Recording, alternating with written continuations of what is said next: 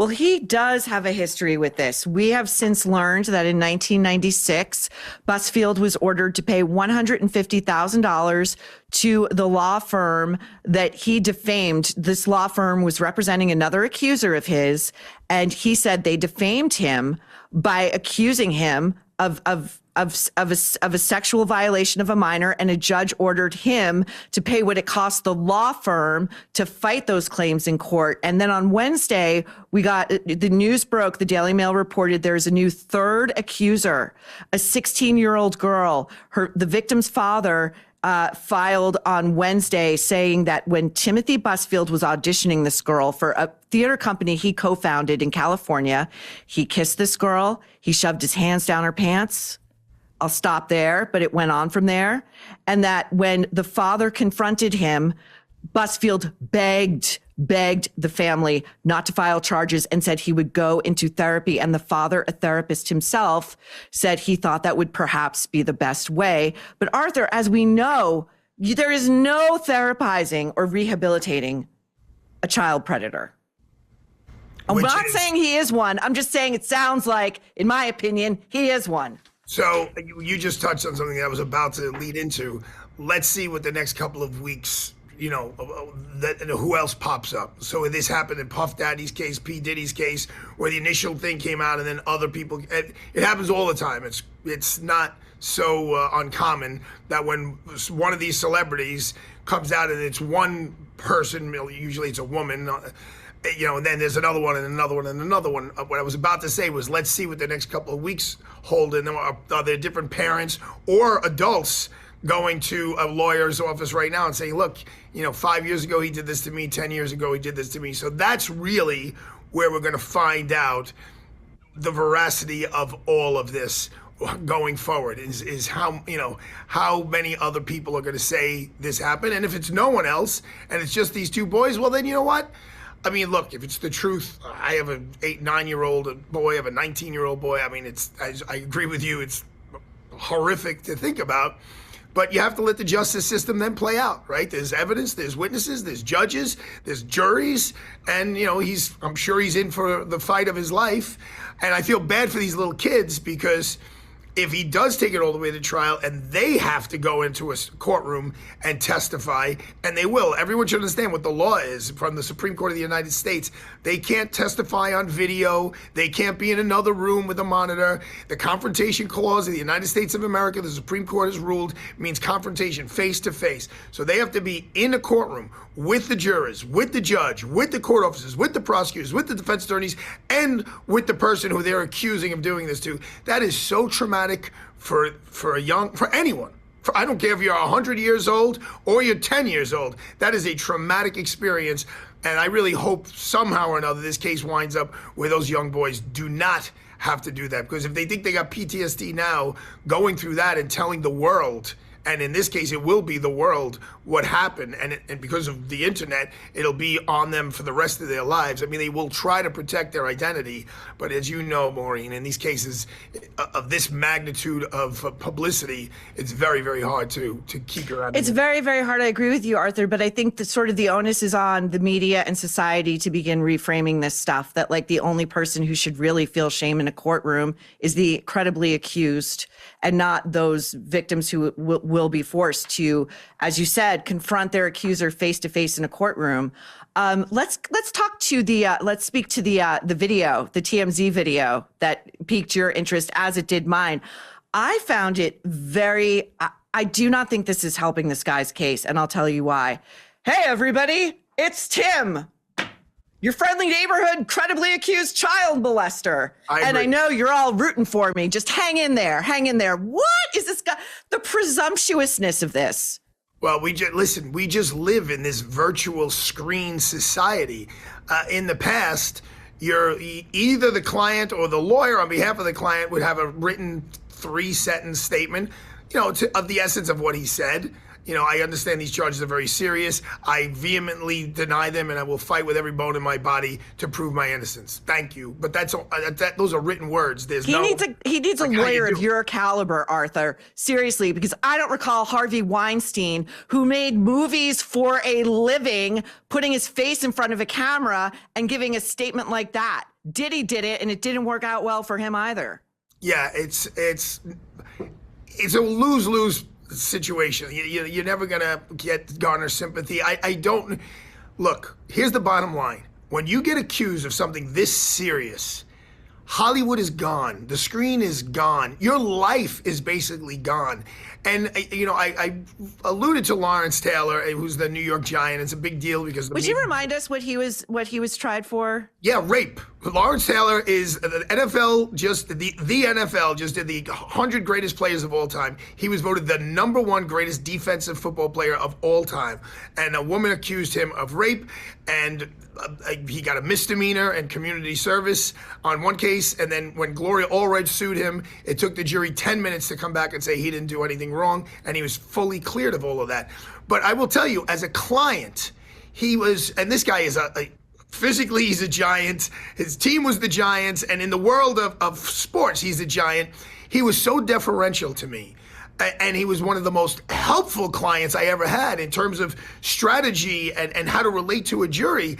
But he just said, you're in charge, you're in charge. And it's the clients that come in and think they know more than the lawyers do, where, they get themselves in trouble. And this video, do I think it's going to make him more guilty? No. Do I think it helped him? No. I personally think it does make him seem a little bit more guilty because his affect is so flip. It does not meet the moment. It does not meet the gravity. Makes him seem less sympathetic. You're 100% correct. It does not, like, he should be on there being, look, folks, I am absolutely devastated. I am a 68-year-old man. I have these children. I have my wife. I have this beautiful life I'm so blessed to have. And to be accused of something so horrific, I would never hurt a child. That's insane. It breaks my heart that even these accusations, and if something, and then along those lines, not like, hey, look where I am. Here I am. I'm in lovely New Mexico, and he's he's on a balcony at like a Marriott. Like all of it looks low rent, and my mind goes, you are a low life. You are a low rent person. Like, you rented a car and drove. Okay, he said he couldn't fly. He had to drive because the warrant that was out for his arrest prohibited him from flying, to which I would say, and I'm a layperson, Arthur, of course it did, because law enforcement doesn't want you leaving the country and going somewhere where you can't be extradited. So stop trying to make it sound like you had no choice. So let me just think about what we were just talking about, how people react to these things. I also represent Alan Dershowitz, or did, right? Mm-hmm. When those accusations by Virginia Giuffre came out that she had sex, now she wasn't underage, she was young, but she wasn't underage, it wasn't a crime, that she had sex with Alan Dershowitz against her will 6 times in 6 different locations. And when I say against her will, because Jeffrey Epstein forced her to. Alan Dershowitz was so despondent, and I use that word seriously, despondent, that I got on a plane from New York to Florida where he was because I was concerned for his health. And he made a decision, unlike some others in the Epstein saga. He fought it with every bone in his body until we deposed Virginia Giuffre, and she admitted, I may have made a mistake when I said it was Alan Dershowitz who I had sex with 6 times in 6 places, and she basically took it back. She reversed her accusation. It took us almost a decade to get to that point, and it took a hunk out of Alan's health. And a lot of people say, oh, you protested too much, Alan. When you say so strong, it wasn't me, it makes it seem like you're covering up. But the truth was, he never did meet that woman. And the only time he was on Jeffrey Epstein's island was with his wife and his 12-year-old daughter.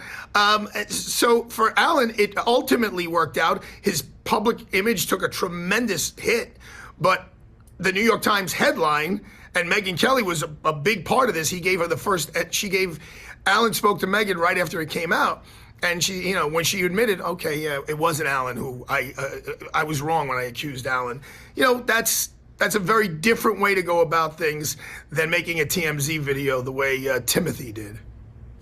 What do you make of so the affidavit has a claim in here that it was, I'm going to read directly from it. Timothy and his wife, Melissa, did tell me, the interviewing officer, that before this, they did have a relationship with the twin boys, SL and VL, and their family outside of work. They advised that they did buy the two boys Christmas gifts and were together on several social functions. Now, some of the analysis since then has been that Melissa could be on the hook for what they call grooming, not just grooming the boys and breaking down these boundaries, but grooming the parents into making them feel that Timothy and Melissa were trustworthy people that could be alone with their children. I don't know the prosecutors in New Mexico, but I can tell you whether it's LA or New York or Chicago, I don't think the prosecutors in those jurisdictions that are very busy would be trying to take that on. It's just, unless there's real direct proof, if there's emails or texts between Timothy and Melissa that really shows there's a conspiracy there and they both have the mindset to do this, I think that's just a bridge too far. I am curious about them not having the iPads on set to see what the boys are doing. And there's because also those sets are enormous, by the way, for people who haven't been on a set. They're so huge that the parents could technically be on set with the kids, but the kids could be hundreds of yards away in a separate room with a door closed. Yeah, and the other thing is, in part of these accusations, there's testimony from people who worked on the set, okay, they don't have any skin in the game. They're not on Timothy's side and they're not on the little boy's side, who said that one of them, when they started filming, was this happy, joyful, energetic kid. And as time went on, he became more quiet, more sad, more withdrawn. You know, these are people who don't really have any motivation to lie that we know of at this point.